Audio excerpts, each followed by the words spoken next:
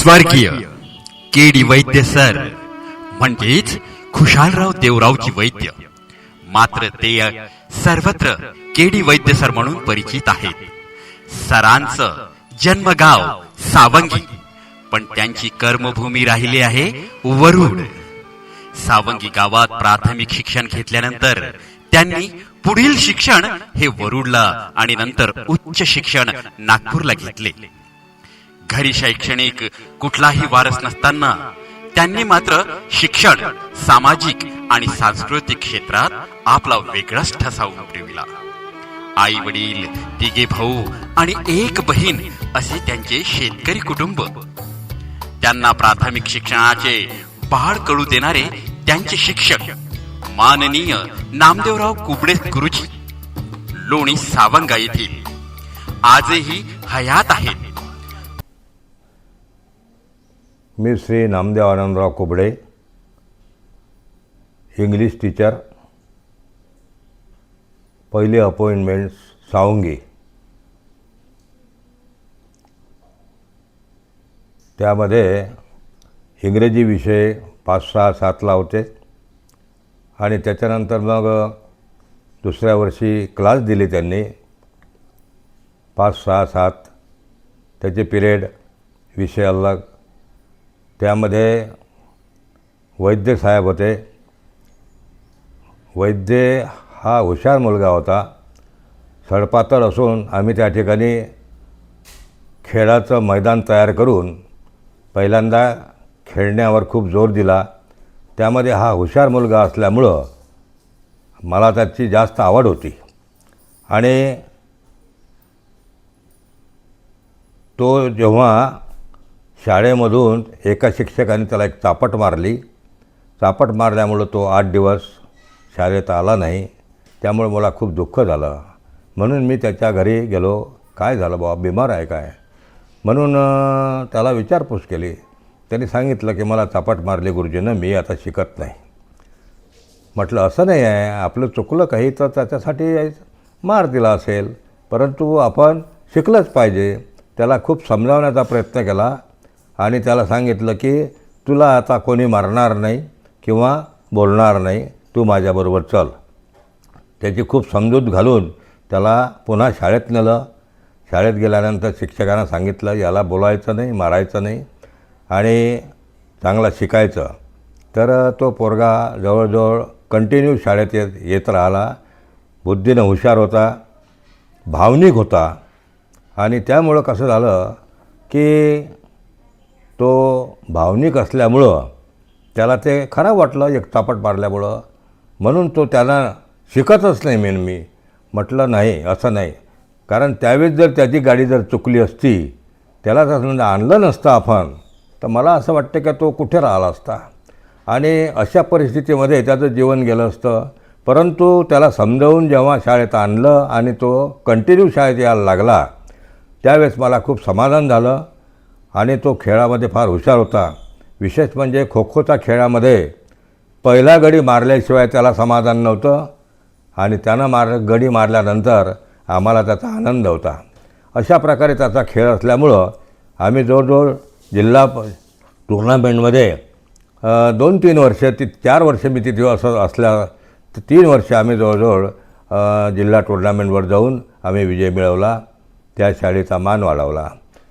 तर विशेष म्हणजे वैद्यसाहेब हे भावनिक होते, तसेच ते चांगल्या गोष्टीचं आकलन करणारे होते. आणि जेव्हा ते 8वा वर्ग पास झाल्यानंतर ते वरुडलाच शिकले असं मला समजलं. आणि वरुडला ते जवळजवळ MA झाले. MA झाल्यानंतर इथेच ते जागृती विद्यालयाची स्थापना करून त्या ठिकाणी 5-7 लोकांची कमिटी तयार होऊन त्याच्यामध्ये हे सचिवपद त्यांनी निर्माण केलं. आणि शाळेमध्ये इतकं योगदान दिलं त्यांनी की सांगता येत नाही.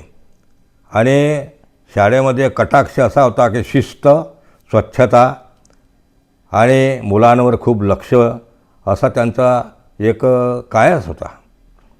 अशा प्रकारे त्यांना जे 5-7 लोक होते, त्या 7-8 लोकांची एक कमिटी होती आणि त्याच्यावर निगराणी म्हणून माननीय डॉक्टर साहेब गिरीशजी गांधी यांचं लक्ष होतं आणि त्यांच्या मार्गदर्शनाखाली यांना खूप संस्कार चांगले मिळाले आणि संस्कार चांगले मिळाल्यामुळं हे खूप स्मितभाषी होती, कमी भाषात बोलणे आणि कोणाचे मान सन्मान करणे, कोणाची चांगलं बोलणे, प्रेमानं बोलणे आणि जिव्हाळ्यानं बोलणे. विशेष म्हणजे वैद्यसाहेबांचं नाव खुशाल आहे आणि या खुशालमध्ये 3 शब्द आहेत. खुशाल म्हणजे खुशाली, शा म्हणजे शांत आणि ल म्हणजे लवचिक. अशा प्रकारे या विद्यार्थ्यामध्ये खूप संयम होता, मानसिकता होती आणि जिद्द होती आणि शिस्तीने कडक होते. गैरशिस्त त्याला बिलकुल जमत नव्हती. आणि आता आम्ही या ठिकाणी बसलेलो आहो. आमचे यशवंतराव, पहा नाव कसं आहे त्याचं, खुशाल होतं, यांचं यशवंत आहे. यशवंत कुठेही जाणतं यशच आहे. तर अशा प्रकारे यशवंत ठाकरे हे सुद्धा माझे विद्यार्थी आणि खूप जीवाभावाने मी 4 वर्ष काम केलं. त्या 4 वर्षाचं फळ आज आम्हाला या लोकांचं जे प्रेम मिळते आहे, या प्रेमामुळं आम्ही दिसतो आहो आणि त्या गावाचंही खूप आम्हाला प्रेम मिळालं आहे. त्या ठिकाणी आमची आजही मान सन्मानानं लोक बोलावतात, आदर करतात. त्याबद्दल आम्हाला खूप स्वाभिमान वाटतो. अशा प्रकारची आम्ही त्या ठिकाणी सेवा दिली आणि वैद्यसाहेबाबद्दल किती गुणगान गावं ते फार कमी पडतात. विशेष म्हणजे या 7-8 लोकांची जी कमिटी होती त्यामध्ये हेडमास्टर बेलसरे साहेब होते. ते बेलसरे साहेबांचं नियोजन आणि वैद्यसाहेबांचं जे सचिव होते ते, तर त्यांचं वागणं यांचं एकमेकाचा सल्ला घेऊन ते वागत होते शाळेमध्ये आणि शाळेला खूप चांगली प्रकारची दिशा देत होते. त्यामुळे आज जागृती विद्यालयाचा फार मोठा विकास झालेला आहे. त्यांना शिक्षण देणारे त्यांचे शिक्षक जसे प्रेमळ, विद्यार्थी प्रिय, नीटनेटकेपणा, साधी राहणी आणि शिस्तीने कडक, तसेच वैद्य सर तयार झाले. बालपणी ते जसे शिक्षकांचे आवडीचे होते तसेच ते आपल्या बालपणीच्या मित्रांच्या गळ्यातील टाईत होते. बालपणीचे मित्र अलीकडच्या काळातील सर्व क्षेत्रातील विद्यासंपन्न मित्र सर्वांमध्ये ते सर्वांचे होते. त्यापैकी डॉक्टर गिरीशजी गांधी हे नाव प्रामुख्याने घ्यावे लागेल. संपूर्ण कुटुंब जेव्हा उद्ध्वस्त झालं तेव्हा त्या मित्रांनी त्यांना सांभाळून घेऊन जगण्याची नवी उमेद दिली. दुःख अडवायला उंबरासारखा, दुःख अडवायला उंबरासारखा, मित्र बनव्यामध्ये गारव्यासारखा, मित्र बनव्यामध्ये गारव्यासारखा.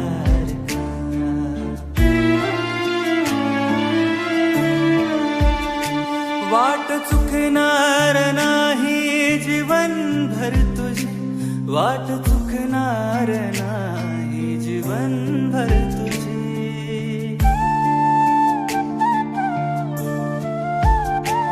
एक तू मित्र कर आरशासारखा, मित्र बनव्यामध्ये गारव्यासारखा, मित्र बनव्यामध्ये गारव्यासारखा. बालपणीचे यशवंतराव ठाकरे, श्यामरावजी ठाकरे, स्वर्गीय देवीदासजी गावंडे, स्वर्गीय वामनरावजी पाबळे, स्वर्गीय प्राध्यापक भागवतरावजी रामदे, श्रीरामजी झिचकार व विद्यालयीन महाविद्यालयीन जीवनातील डॉक्टर गिरीशजी गांधी, शशिकांतजी बेलसरे सर, स्वर्गीय वाश Patil sir, Vasudevraoji Landge sir, advocate Arvindji Saratkar, स्वर्गीय ॲडव्होकेट सुरेशजी आजनकर, आनंदरावजी देशमुख, कन्नूभाई पटेल, हरिभाऊ गावंडे, मधुकर डाफे, आप्पासाहेब चौधरी, प्राध्यापक Arunji Wankhade, Purushottamji Kalamkar sir, Sheshraoji Khade, Rameshraoji Zoting sir, Ramdasji Chorode sir, Namdevrao Adhau sir यासारखे अनेक मित्र आणि अशा कितीतरी मित्रांचा गोतावळा त्यांच्या सोबत होता. या सर्व मित्रांच्या एकत्रित आणि सकारात्मक विचारातून जागृत नवयुवक शिक्षण संस्थेची उभारणी झाली आणि सन 1972 वरुड येथे विद्यार्थ्यांसाठी जागृत विद्यालय नावाचे पहिले शिक्षणाचे दालन खुले झाले. माणसाचं जे वय खेळण्या बागडण्याचं, हिंडण्याचं, फिरण्याचं आणि शिक्षणाचं आणि मौज मस्तीचं असतं, त्याच 21व्या वर्षी या मित्रांनी वरुड सारख्या ग्रामीण भागात शिक्षणाचे दालन उघडून गोर गरीब खेड्यापाड्यातील विद्यार्थ्यांना शिक्षणाच्या प्रवाहात आणले. यासारखे सामाजिक भान आणि जाण असणं यापेक्षा दुसरी कुठलीच गोष्ट मोठी नाही अशी मला वाटते. एकत्रित सकारात्मक विचाराने किती मोठं काम होऊ शकतं त्याचं ज्वलंत उदाहरण म्हणजेच जागृत नवयुवक शिक्षण संस्थेची उभारणी. जागृत विद्यालय वरुड मुलीच्या शिक्षणासाठी जानकी देवी गांधी कन्या विद्यालय वरुड, जागृत कन्या विद्यालय लोणी, जागृत विद्यालय सुरळी, जागृत विद्यालय एकदरा असा हा जागृत नवयुवक शिक्षण संस्थेचा चढता आलेख. आणि अशाच प्रकारे जागृत विद्यालय वरुड या ठिकाणी मुलींच्या शिक्षणासाठी जानकी देवी कन्या विद्यालय वरुड, जागृत कन्या विद्यालय लोणी आणि जागृत विद्यालय सुरळी, जागृत विद्यालय एकदरा असा जागृत नवयुवक शिक्षण संस्थेचा चढता आलेख आज आपल्या समोर वरुड या ठिकाणी उभारण्यात आलेला आहे. हा प्रयत्न केडी वैद्य सर यांच्याच प्रयत्नातून. एवढेच नव्हे तर जासी गावाचा जिव्हाळा तो कार्य ज्ञानाचा पुतळा, तोची करेल जीवे भावे सेवा आपल्या गावाची. या राष्ट्रसंतांच्या वचनानुसार प्रसंगी मी शाळेला माझे शेत देतो या आपल्या यशवंतराव ठाकरे मित्रांच्या सांगण्यावरून सावंगी येथे सरांनी जागृत विद्यालयाची उभारणी केली. या सर्व पवित्र शिक्षण कार्यासाठी अनेक नागरिकांनी मदतीचे हात दिले. कोणी शाळेसाठी जमीन दिली, तर कोणी पैसा, तर कोणी शाळेला लागणाऱ्या वस्तू दिल्या. जागृत विद्यालय वरुडचे सुरुवातीचे वर्ग स्वर्गीय सुरेश भाऊ वाजनकर यांचे घरी भरायचे. तदनंतर स्वर्गीय नरसिंहराव बेलसरे यांनी आपले शेत शाळेला देऊन शाळा उभारणी केली.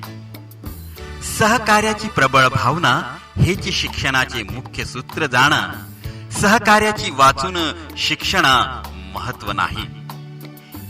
त्यांची प्रचिती आज आपल्याला आल्या वाचून राहत नाही. एक आदर्श शिक्षक, उत्कृष्ट मुख्याध्यापक ते कर्तव्यदक्ष संस्थेचे सचिव अशा आलेखात उच्च शिक्षण घेणाऱ्या अनेक गोर गरीब विद्यार्थ्यांना त्यांनी नित्य नियमाने दर महिन्याला पैसे पाठवून त्यांचे शिक्षण सुद्धा पूर्ण केले.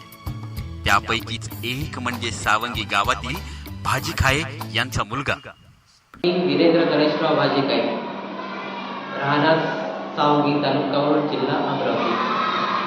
आज मी तुम्हाला वैद्य सरांबद्दल 2 गोष्टी सांगणार आहे. वैद्य सर म्हणजे एक मन मिळावून एक पर्सनॅलिटी. आज मी बी घेऊन एका चांगल्या कॉलेजमध्ये, ज्युनियर कॉलेजमध्ये ज्युनियर लेक्चरर म्हणून काम करत आहे. ती सर्व पुण्य म्हणजे श्री वैद्य सरांची. 12 इयत्ता वर्ग 10वीमध्ये मला 88% मिळाल्यानंतर श्री वैद्य सर यांनी माझी वरुडला राहण्याची व्यवस्था केली. आधी जर बघितलं तर सकाळी माझा टिफिन यायचा, पण तो टिफिन संध्याकाळपर्यंत टिकून नाही राहायचा आणि रात्री जेवणाची व्यवस्था करणं खूप, त्याच्यामुळे माझी तब्येत पण खराब झाली होती. पण श्री वैद्य सर यांनी मला टिफिनची व्यवस्था करून दिली. नंतर माझ्याकडून जे रूमचं भाडं आहे ते पण देणे शक्य नव्हतं, पण त्यावेळी श्री वैद्य सर यांनी मला स्वतःच्या घरी बोलवलं आणि तिथे माझी राहण्याची व्यवस्था केली. तिथे प्रत्येक गोष्ट आधी मला हेल्प केली, जसे ट्युशन क्लासेस. आता जर म्हटलं आपण तर जे ट्युशन क्लासेस वगैरे आहे त्याचं 1,00,000-2 लाख रुपये खर्च येतो. पण श्री वैद्य सरांनी एक फोन लावून म्हणजे प्रत्येक जे टीचर्स आहेत फिजिक्स, केमिस्ट्री, मॅथ, बायो यांना एक कॉल करून माझी फीज, माझी सिच्युएशन जी आहे ती सांगितली आणि माझी फी माफ करायला लावली. तसंच शाळेमध्ये मला सर्व गोष्टी जसं शाळेचा ड्रेस यांनी वैद्य सर यांनी मला फ्रीमध्ये घेऊन दिला. नंतर बाकीच्या सर्व गोष्टी आहे, पुस्तक आहे, नंतर जेवणाचा खर्च, राहण्याचा खर्च, तर सर्व श्री वैद्य सरांनी माझ्यासाठी केला. नंतर मी जेव्हा इंजिनिअरिंगला असताना मी जेव्हा अमरावतीमध्ये शिकत होतो तेव्हा वैद्य सरांनी माझी इंजिनिअरिंगची फीस भरली. नंतर मला दर महिन्याला पैसे पाठवायचे. पैसे जर कोणी भेटलं नाही तर चपराशी जो राहायचा त्याला जबरदस्तीनं म्हणजे आज मी फोन केला तर पैसे उद्याच येऊन द्यायचे.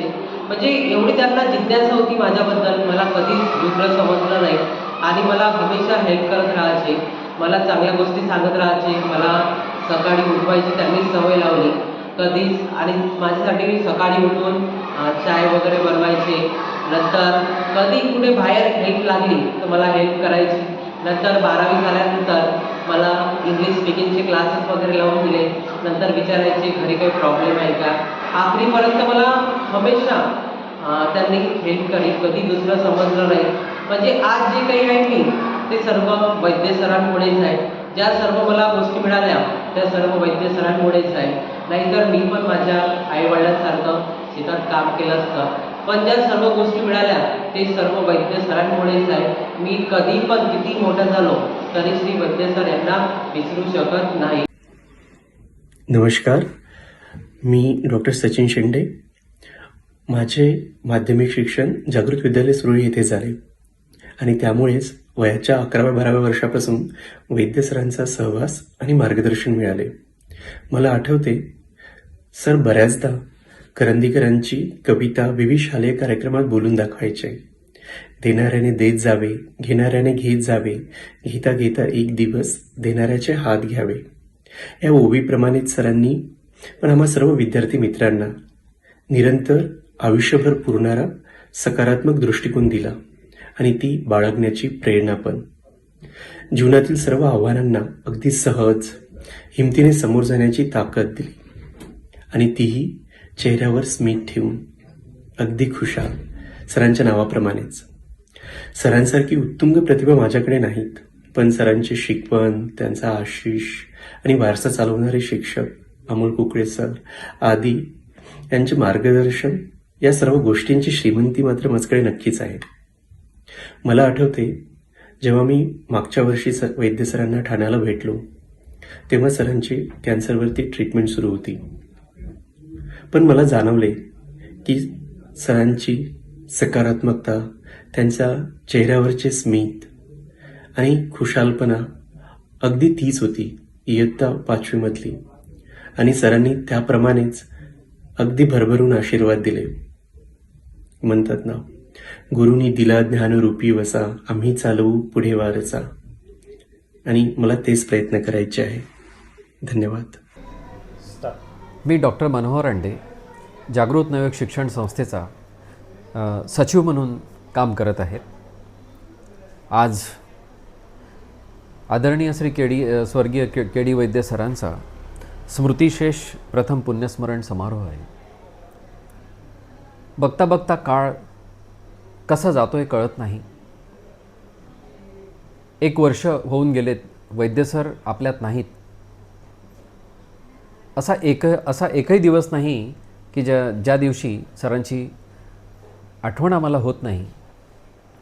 कारण मी मनोहर अंडे इथेच जागृत शाळेमध्ये शिक्षण घेतलेला. अगोदर मराठी शाळेमधून शिक्षण घेतल्यानंतर, नगरपरिषद मराठी शाळेमधून शिक्षण घेतल्यानंतर जागृत नवयुग शिक्षण संस्थेच्या जागृत विद्यालयातून मी माझं इयत्ता 5वी ते 10वी हे शिक्षण पूर्ण केलं. आणि हे होत असताना ज्या शिक्षकांचा आमच्यावर नितांत पगडा आणि ज्यांचं मार्गदर्शन आमच्या आयुष्यासाठी लाभलं त्यापैकी एक म्हणजे आदरणीय श्री के डी वैद्य सर. अगदी त्या शालेय जीवनापासून के डी वैद्य सरांचं शिस्त आणि त्यांची शिस्त ही आमच्या जीवनामध्ये आम्हाला प्रेरक ठरली. हे होत असताना या सर्व आदर्श शिक्षकांच्या मार्गदर्शनामुळे आम्ही आमचं जीवन घडवू शकलो आणि वैद्यकीय मेडिकल कॉलेजमधून शिक्षण घेतल्यानंतर प्रसूती स्त्रीरोग तज्ज्ञ म्हणून मी वरुडलाच आलो माझ्या मायभूमीची सेवा करण्यासाठी. आणि सोबतच मला जी संधी मिळाली जागृत नवयुग शिक्षण संस्थेमध्ये एक सदस्य म्हणून काम करण्याची, ते मी माझ्या जीवनातला सर्वोच्च सन्मान समजतो. कारण ज्या संस्थेने, ज्या शाळेने आम्हाला तयार केलं, आम्हाला घडवलं, इतकं मोठं माणूस या जगामध्ये निर्माण केलं, त्याचं काहीतरी आपण देणं लागतो. आणि या भावनेतून मला या संस्थेमध्ये जागृत संस्थेमध्ये काम करताना नितांत आनंद होतो. हे काम होत असताना त्यावेळेस के.डी. वैद्य सर आणि एस.एन. बेलसरे सरांनी डायरेक्टर्सला सुचवलं की माझे विद्यार्थी यामध्ये घ्यायला पाहिजे, डॉक्टर मनोहर अंडे, आणि यांनीच माझी नियुक्ती केली. त्यानंतर मागच्या 5 वर्षामध्ये के.डी. वैद्य सरांच्या मार्गदर्शनाखाली आणि त्यांच्या सहकार्याने त्यांनी त्यांचा कार्यभार मला सोपवला आणि मी सेक्रेटरी म्हणून या संस्थेचा कार्यभार अत्यंत चांगल्या रीतीने त्यांच्या मार्गदर्शनानुसारच करत आहे. पण काळाला काही गोष्टी अशा असतात की ज्याला आपण थांबवू शकत नाही आणि वैद्य सर आपणातून निघून गेलेत. ही जी घटना आहे, ही घटना म्हणजे या संस्थेच्या प्रगतीसाठीच नव्हे तर वरुडवासियांसाठी ही कुठेतरी सर्वांच्या मनाला लागलेली घटना आहे की वैद्य सर आज आपल्यात नाहीत. त्यांचं अस्तित्व आपल्याला, त्यांचं मार्गदर्शन, त्यांचं काम आपल्याला सतत दिसते आहे. जो एक छोटंसं इवलं होतं जागृत शिक्षण संस्थेचं, आज त्याचं वटवृक्षात रूपांतर होते आहे आणि भविष्यात अजून त्याचा विकास होईल. आणि या प्रसंगी मी इतकंच सांगू इच्छितो की के.डी. वैद्य सरांच्या मार्गदर्शनाने आज संस्था इतक्या नावारूपाला आली. असेच आदर्श शिक्षक प्रत्येकाला आयुष्यामध्ये मिळवत आणि या संबंध नवीन पिढीचा उत्कर्ष होवो, इतकंच मी या दिवशी माझ्या भावना प्रकट करतो आणि आदरणीय के.डी. वैद्य सरांना आदरांजली नमन करतो. शाळेबरोबर सरांनी आपल्या सावंगी गावामध्ये आपल्या पत्नीच्या स्मरणार्थ म्हणजेच स्वर्गीय शोभाताई वैद्य सार्वजनिक वाचनालय आणि आपल्या मुलांच्या स्मरणार्थ वरुड येथे स्वर्गीय डॉक्टर अमोल वैद्य नगर वाचनालय सुरू केले. वाचन संस्कृती जोपासली जावी, वाचनालयातून विद्यार्थी घडले जातात आणि ज्या विद्यार्थ्यांना अभ्यास करण्यासाठी घरी जागा नाही, या उदात्त हेतूने सरांनी वाचनालयाची उभारणी केली. आज या दोन्ही वाचनालयातून अनेक विद्यार्थ्यांनी अभ्यास करून वेगवेगळ्या क्षेत्रात आपली नावलौकिक मिळवला. सर्वसामान्य अंग म्हणून जो जगतो तो पूर्ण होतो, जो स्वतःला शून्य समजतो तो पूर्णात पूर्ण होतो. समाजातील सुखदुःख, आपदा, संघर्ष यांच्याशी जो जवळकीचं नातं सांगतो तो समृद्ध होतो. पुस्तकाव्यतिरिक्त जगात असलेलं असीम ज्ञान जो घेतो आणि समाजाला ते देण्याचा प्रयत्न करतो तो अनुभूती संपन्न शिक्षक होतो. आमचे वैद्य गुरुजी यासाठीचे एक तंतोतंत उदाहरण आहे. गावातील नात्याने ते आमचे आजोबा असले तरी आम्ही त्यांना गुरुजीच म्हणायचो. आमचं गाव शहरापासून 20 किलोमीटरवर दूर, शिक्षणापासून, सोयीसुविधांपासून, दळणवळणाच्या साधनांपासून, वैद्यकीय सेवांपासून 35 वर्षांपूर्वी अगदी तुटलेलं होतं. त्यामुळे गावातील मुलामुलींच्या शिक्षणाचा प्रश्न मोठा होता. 7वीपर्यंतचं प्राथमिक शिक्षण पूर्ण झाल्यावर मुलामुलींच्या शिक्षणाचा प्रश्न उभा राहायचा. काही मुलं शाळेत जायची, काही सोडून द्यायची. मुली विशेषतः शिक्षणापासून वंचित राहून जायच्या. गुरुजींनी वरुडला जागृत नवयुग शिक्षण संस्था उभी केली. तिथे शहरातील मुलांच्या शिक्षणाचा प्रश्न सुटला, पण आपल्या गावातील मुलं शिक्षण घेऊ शकत नाही याची खंत गुरुजींना वारंवार राहत होती. आणि मायमातीचं ऋण फेडण्यासाठी गुरुजींनी गावात छोट्या बिल्डिंगमध्ये का होईना, कच्च्या बिल्डिंगमध्ये का होईना शाळा सुरू केली आणि आमच्या शिक्षणाची सोय झाली. विशेषतः मुलींचं शिक्षण समोर सुरू झालं, गोरगरिबांचं शिक्षण सुरू झालं आणि पिढी समोर घडत गेली. त्यातून एक समृद्ध समाज तयार झाला. सावंगी गावाने समाज हितासाठी त्यासाठी पिढ्या निर्माण केल्या. गुरुजी केवळ शाळा काढूनच थांबले नाही तर त्यांनी वाचनालयही उघडले. त्या वाचनालयात सगळ्यांच्या वाचनाची स्पर्धा परीक्षांसाठी जाणाऱ्या मुलामुलींची सोय झाली आणि तिथूनही समाज घडत गेला. यासाठी समाजाचे आणि केलेल्या या उपकारांचे आम्ही वैद्य गुरुजींशी नेहमी आपुलकीचे नाते ठेवू, ऋणी राहू. तुमचे ऋण फेडतो म्हटलं तरी फिटणार नाही. गुरुजी, तुमचा हा वारसा आम्ही अखंड चालू ठेवू. आपल्या स्मृतीस विनम्र अभिवादन. आज घडीला या दोन्ही वाचनालयाच्या प्रशस्त आणि अत्याधुनिक सोयीने युक्त इमारती उभ्या आहेत. सरांनी उदरनिर्वाहासाठी लागणारे तेवढेच पेन्शन सरांनी ठेवले. बाकीचे सर्व दर महिन्याला वाचनालयात सोयी सुविधा उपलब्ध करण्यात वापरले. त्यांचे अनेक साक्षीदार आहेत. तसेच सरांनी आपल्या सावंगी गावामध्ये जेव्हा येण्या जाण्याकरिता बस किंवा एसटी बस नव्हती, तेव्हा गिरीशजी गांधी यांच्या मार्फत मनोहरजी गांधी यांची भेट घेऊन सावंगी गावात एसटी बस सुरू केली. तेव्हा त्या बसने 80 पैसे तिकिटाने पहिला प्रवास करणारे त्यांचे मित्र यशवंतराव ठाकरे आणि के.डी. वैद्य सर होते. सरांनी फक्त शाळा आणि वाचनालयातच नाही तर वरुड शहरातील अनेक सामाजिक आणि सांस्कृतिक कार्यात मोलाचे योगदान दिलेले आहे. मागील 2-3 वर्ष अगोदर समविचारी लोकांनी सुरू केलेला चर्चा पे चर्चा या उपक्रमातही ते प्रत्यक्ष सहभागी होऊन आपले परखड मत मांडायचे. वरुड येथे सत्यशोधक फाउंडेशनने घेतलेली शेतकरी कायदे परिषद त्यांच्या प्रचारासाठी आयोजकासोबत गावोगावी जाऊन प्रचार सुद्धा सरांनी केला. शिक्षण संघटनेचे अधिवेशन, बहुजन साहित्य संमेलन, सत्यशोधक साहित्य संमेलन, विदर्भ साहित्य संमेलन, शिक्षण संस्थेचे आंदोलन या सर्वच कार्यात ते हिरिरीने पुढाकार घ्यायचे. असं विविध क्षेत्रात काम सुरू असतानाच त्यांच्यावर काळाने घाला घातला. सरांचा मुलगा डॉक्टर अमोल याला 12 ऑगस्ट 2006 दुर्दैवी मृत्यू आला. ज्या वडिलांच्या खांद्यावर मुलाचे खेळणे बागळणे झाले, त्यांच्याच खांद्यावरून मुलांचे प्रेत जावे यापेक्षा दुसरे मोठे दुःख कोणतं असावं. वैद्य सर मला पहिल्यांदा 1962 साली त्यांची आणि माझी भेट new English higher secondary school Warud या ठिकाणी झाली. 1962 साली वैद्य सर सावंगी आपल्या जन्मगावातून वर्ग 8वा पास करून वर्ग 9व्यामध्ये ते न्यू इंग्लिश हायर सेकंडरी स्कूलचा विद्यार्थी म्हणून त्यांनी तिथं प्रवेश घेतला.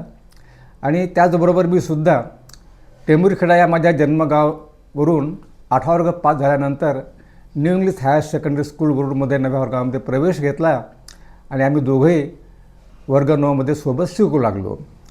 त्याचबरोबर आमच्यासोबत आमचा एक दुसरा मित्र होता, त्याचं नाव शशिकांत बेलसरे. हे सुद्धा त्याच शाळेतून 8वा वर्ग पास करून 9व्या वर्गामध्ये आलेत आणि आम्ही तिघेही एक वर्गमित्र म्हणून सोबत राहू लागलो. आम्ही 1962 ते 1965 म्हणजे 11व्या वर्गापर्यंत सोबत शिकलो आणि त्यानंतर मग ते सोबत केशव निवासला राहत होते.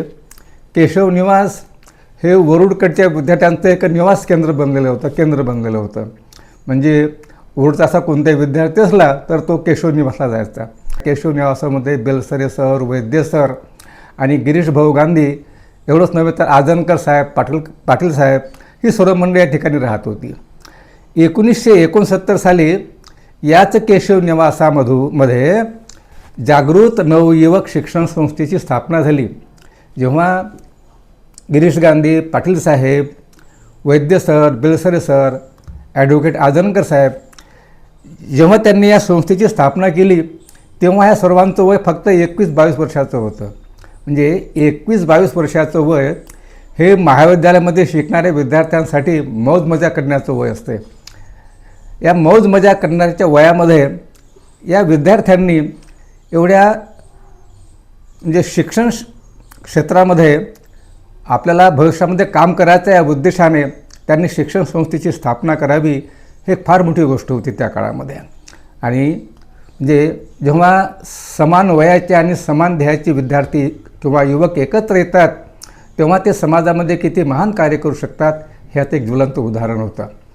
मला असं वाटते की या विद्यार्थ्यांना ही संस्था स्थापन करण्यामागे केवळ कदाचित महात्मा फुल्यांची प्रेरणा असू शकते. कारण महात्मा फुल्यांनीसुद्धा आपल्या वयाच्या 21व्या वर्षी म्हणजे 1848 साली 1 जानेवारी 1848 साली पुण्यामध्ये मुलींची पहिली शाळा स्थापन केली आणि शिक्षिका होत्या सावित्रीमाई फुले, की ज्यांचं वय त्यावेळेला फक्त 17 वर्षाचं होतं. तर या थोर दाम्पत्याचा आदर्श या विद्यार्थ्यासमोर असला पाहिजे आणि म्हणून त्यांनी आपले मौज मजा करण्याचे दिवस सोडून ही संस्था स्थापन केली. वैद्य सरांच्या जीवनामध्ये आनंदाच्या किंवा समाधानाच्या क्षणापेक्षा दुःखाचे क्षण अधिक आलेले आहेत.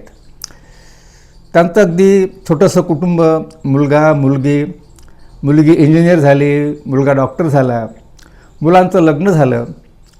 पण दुर्दैवानं काय झालं, 12 ऑगस्ट 6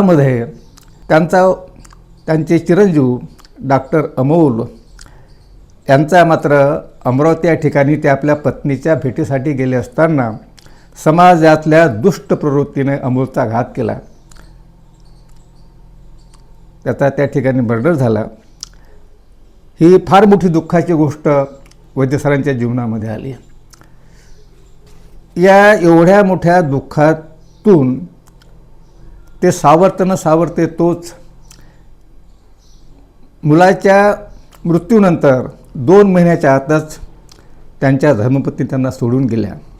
अशा प्रकारे वैद्य सरांच्या जीवनामध्ये आनंदापेक्षा किंवा सुखापेक्षा समाधानापेक्षा दुःखाचे क्षण अधिक आलेले आहेत. याच्यातूनही त्यांनी स्वतःला सावरलं. त्यांनी स्थापन केलेल्या जागृत नवयुवक शिक्षण संस्थेचा कारभार ते पाहत होते. त्यांनी त्या स्वतःला गुंतवून घेतलं आणि त्याचबरोबर इतर सामाजिक कार्यातही ते सहभागी होऊ लागलेत आणि ते दुःख विसरून हे समाजकार्यात ते हिरिरीने सहभागी झालेले होते. त्याला त्यांचं जवळपास मला वाटते 77 वय होतं त्यावेळेला. त्यांना एका असाध्य रोगानं पछाडलं. दुर्दैवाने त्यांना कॅन्सरसारख्या रोगाने त्यांचा घात केला. त्यांना हा आजार आल्यानंतर ते आपल्या मुलीकडे गेले. जवळपास 8-9 वर्षे त्यांनी त्या ठिकाणी ट्रीटमेंट घेतली आणि दुर्दैवाने 20 सप्टेंबर 2024 या दिवशी त्यांनी आपलं ते मृत्युमुखी पावलेत आणि आम्हा सर्वांना ते सोडून गेलेत. तर माझा जो संबंध वैद्य सराशी आला, मी आपल्या त्यांचा माझ्या संबंधाबद्दल या ठिकाणी मी अल्पशी माहिती आपणास दिलेली आहे.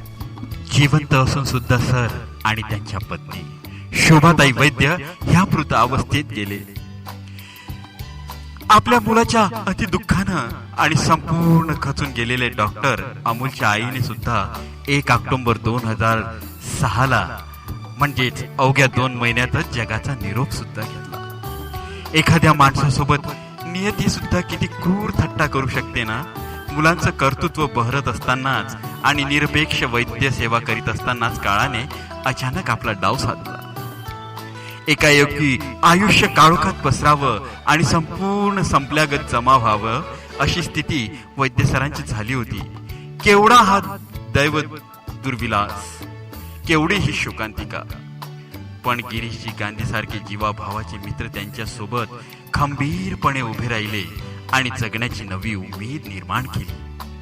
शाळा, वाचनालय, मित्रांचा गोतावळा, सामाजिक सांस्कृतिक उपक्रम यात सतत स्वतःला गुंतवून घेतल्यामुळे बाहेरून ते इतरांना खंबीर दिसत होते, पण आतमधील मनाची घालमेल आणि काळावर कोरल्या गेलेला मुलाचा आणि पत्नीचा विरह मात्र तसाच ओला होता.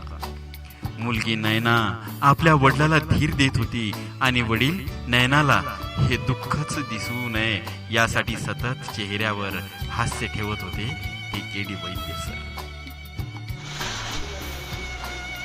आयुष्याच्या अंतिम क्षणापर्यंत मित्रत्वाचं नातं जोपासणारा माझ्या अनेक मित्रांपैकी एक जिवलग मित्र होता.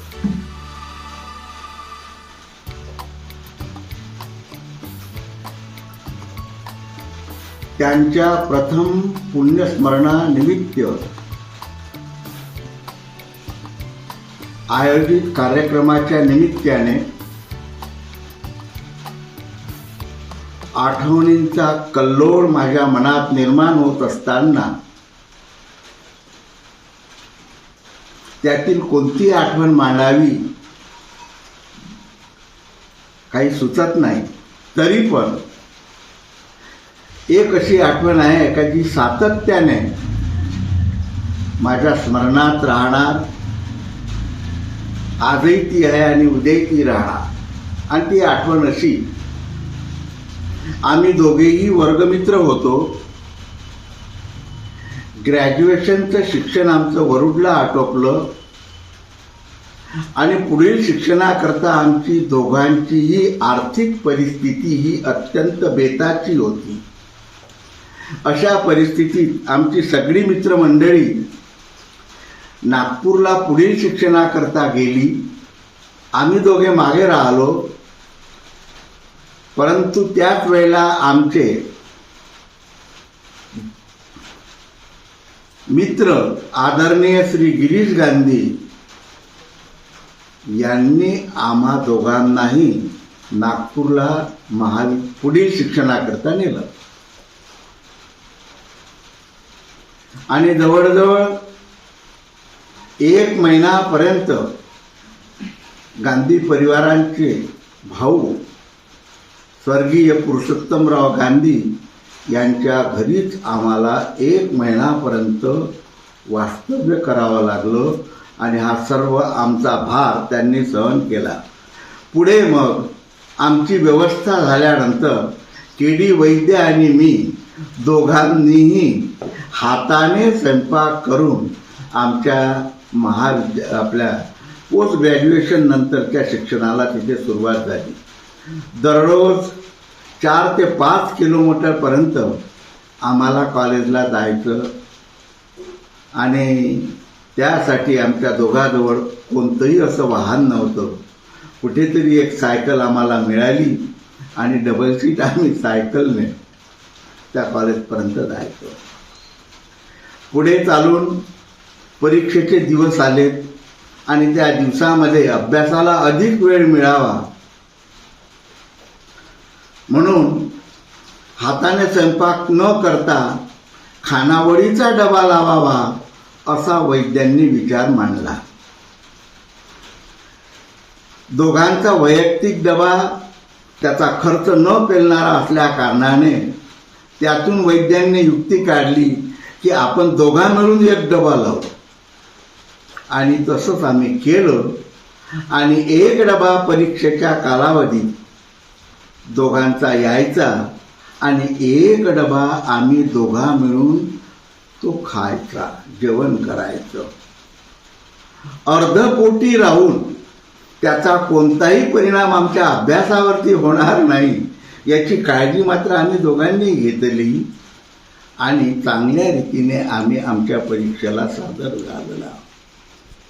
अर्धपोटी राहून शिक्षणाचा हा कालावधी पूर्ण करणे हे आजच्या काळात तरी फार मोठी कठीण गोष्ट आहे. परंतु वैद्य सरांनी हा निर्णय घेतला आणि या कठीण अवस्थेतच त्याने आपलं शिक्षण पूर्ण केलं. मलाही त्याच मार्गाने जावं लागलं. चणे खावे लोखंडाचे या उक्तीला वैद्य सरांनी खरोखर सार्थपणे न्याय दिला आणि उभ्या आयुष्याच्या अंतापर्यंत कर्तव्याच्या शिखरावर ते आरूढ झाले आणि आपल्या जीवनाची इतिश्री त्यांनी न कळतच आम्हा सर्वांपासून प्राप्त केली. असंख्य अशा आठवणी त्यांच्या आज आमच्या हृदयामध्ये निर्माण होत आहेत. त्यातल्या काय सांगाव्या, किती सांगाव्या, कशा सांगाव्या हे काही कळत नाही. आठवणी शिल्लक राहिलेल्या आहेत. वैद्य आमच्या सर्वांसाठी आज शरीरानं फक्त नाही आहे आठवणीने आमच्याजवळ आहे. आणि एक विचारवंत म्हणतो आहे, the man is not dead until he is not forgotten. आणि म्हणून वैद्य आमच्यासाठी हे नेहमी करता आठवणीतलेच वैद्य राहणार आहे. आमच्याकरता ते अमर आहे, आमच्याकरता ते मृत्यूनंतरही जगत आहे आणि ते अशाच प्रकारे आमच्या हृदयामध्ये वास करीत राहावे हीच आजच्या दिनी त्यांच्या प्रित्यर्थ एक आठवणीची श्रद्धांजली. जय गुरु. मला आणि मनोज भोर आम्हा दोघांना सरांना शेवटचं 15 सप्टेंबर 2024 ला भेटता आलं. दिवसभर वेगवेगळ्या गप्पा मारल्या.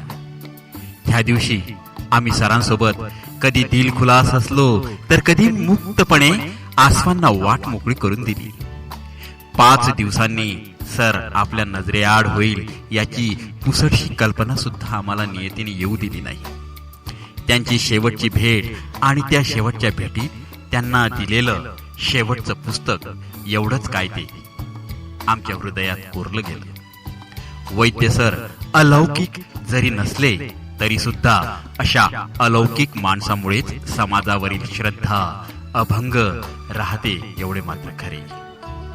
राष्ट्रसंत म्हणतात, मृत्यू पावे त्यांचे नाव राहावे म्हणून समाज काही द्यावे, त्यांच्या सद्गुणाचे गोडवे गावे आपणही तैसे व्हावया.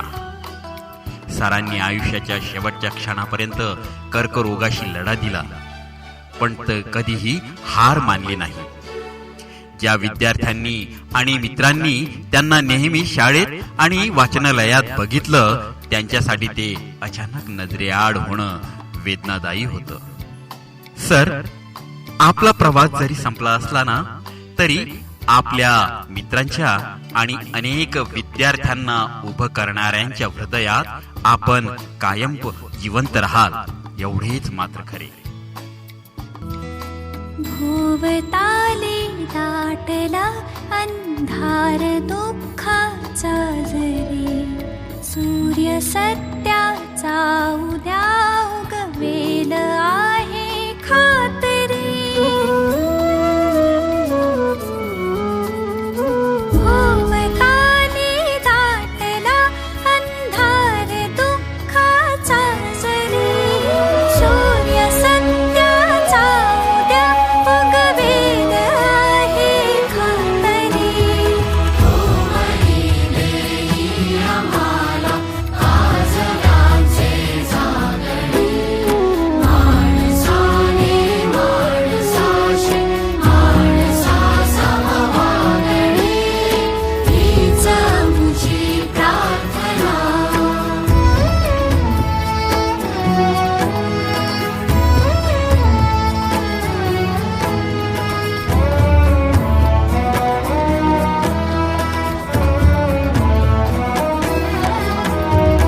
लाभले आयुष्य जितके ते जगावे चांगले, पाऊले चालू पुढे जे थांबले ते संपले.